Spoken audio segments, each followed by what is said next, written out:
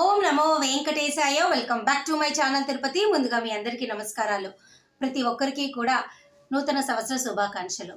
నిన్న జనవరి 1వ తారీఖున సాయంత్రం 6 గంటల నుంచి తిరుమల వైకుంఠ ఏకాదశికి సంబంధించి దర్శనం టికెట్ లేని భక్తులందరినీ కూడా ఆక్టోపస్ బిల్డింగ్ దగ్గర ఉన్నటువంటి నారాయణగిరి క్యూ లైన్ల దగ్గర నుంచి భక్తులనైతే పంపించడం జరిగింది. కాబట్టి నిన్న సాయంత్రం 6 గంటల నుంచే ఎటువంటి టోకెన్ లేని భక్తులకు తిరుమల వైకుంఠ ఏకాదశి దర్శన క్యూ లైన్లోకి అనుమతిస్తున్నారు.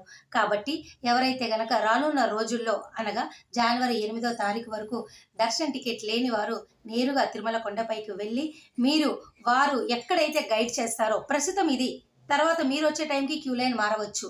వాళ్ళు గైడ్ చేసే దగ్గర నుంచి క్యూ లైన్లోకి డైరెక్ట్గా ఎంటర్ అయ్యి స్వామివారిని వైకుంఠ ఏకాదశి దర్శనం చేసుకోగలరు.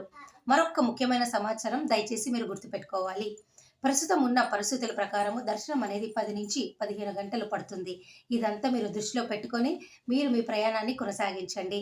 అలాగే జనవరి 8వ తారీఖు వరకు ఎటువంటి ప్రత్యేక ప్రవేశ దర్శనాలు, చంటి పిల్లలు, ఎన్ఆర్ఐ, మిలిటరీ, డిఫెన్స్ రికమెండేషన్ లెటర్లు, శ్రీవాణి బ్రేక్ దర్శనం టికెట్లు ఆఫ్లైన్ ద్వారా తీసుకోవడానికి కానీ మీకు ఎటువంటి అవకాశం అయితే ఏమీ లేదు. నేరుగా తిరుమల కొండపైన మీరు దర్శనం చేసుకోవచ్చు. ఎటువంటి సేవా టికెట్లు, దర్శనాలు, ప్రత్యేక దర్శనాలు లేవు కాబట్టి దర్శనానికి భక్తులను నేరుగా పంపిస్తున్నారు కాబట్టి మీకు దర్శనం తొందరగానే అవుతుంది.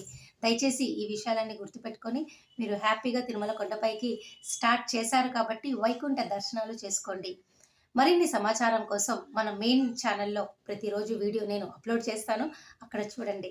ప్రస్తుతానికైతే ఇది తిరుమలలో జరుగుతున్నటువంటి ప్రస్తుత పరిస్థితి.